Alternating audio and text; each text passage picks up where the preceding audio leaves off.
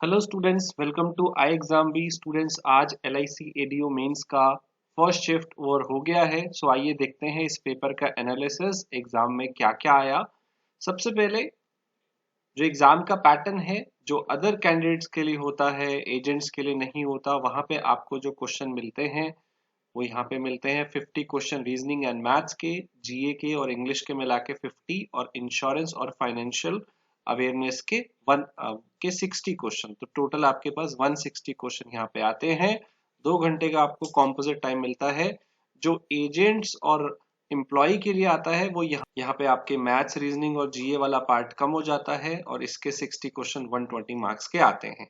तो स्टूडेंट्स, आइए एग्जाम की बात करते हैं। एग्जाम का लेवल मॉडरेट था, कुछ क्वेश्चन काफी आसान भी थे और कुछ क्वेश्चन थोड़े से लेंदी थे। ओवरऑल पेपर स्टूडेंट्स को आसान लगा।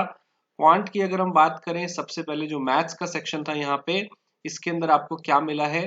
देखिए, मैथ्स और रीजनिंग मिला के टोटल आपके पास 50 क्वेश्चन थे, जो स्पेशली मेन कैटेगरी के लिए। वहां पे आपके पास क्या था, आपको एक डीआई और केसले डीआई मिला था। प्रॉफिट एंड लॉस के ऊपर आपके पास केसले डी आया था और एक डीआई अलग से आया था। डीआई के अंदर दो पाई चार्ट आपको दिए हुए थे, और पाई चार्ट के अंदर भी क्या था कि एक में आपको दो चीजों का मिक्सचर दिया हुआ था, दूसरे के अंदर आपको दूसरी चीज दी हुई थी, तो माइनस करके आपका निकल सकता था। इस तरह से आपको दिया हुआ था। 9 से 10 क्वेश्चन आपके इसके आए। क्वाड्रेटिक इक्वेशन सर्ड्स वाली यहाँ पे 2 से 3 क्वेश्चन उस पे देखे गए। Number series, wrong number series काफी आसान आई थी, 4 क्वेश्चन इस पे देखे गए।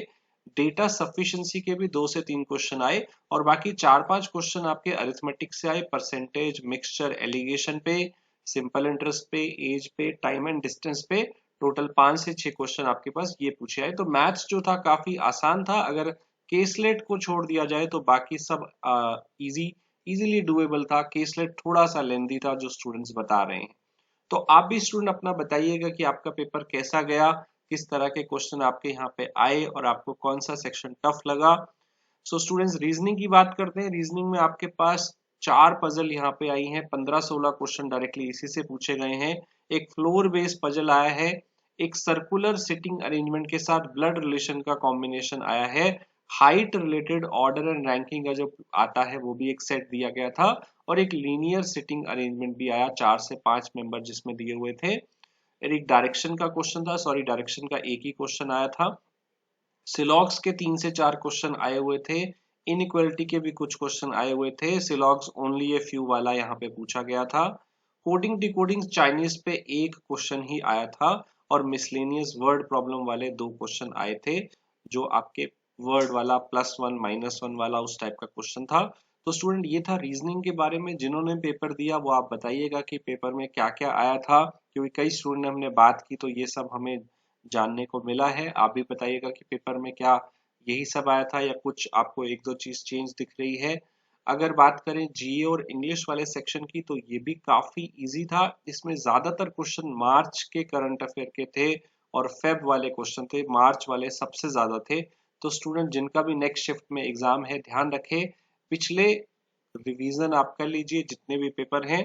एंड नीलगिरी किस स्टेट में है, ये क्वेश्चन पूछा गया। श्रीलंका को फाइनेंशियल एड सबसे ज्यादा किसने दिया था, ये क्वेश्चन पूछा गया। आईओसी का हेडक्वार्टर कहाँ पे है, सुटेबल बॉय बुक के ऑथर कौन है। इस तरह के क्वेश्चन यहाँ पे आपको देखने को मिले हैं।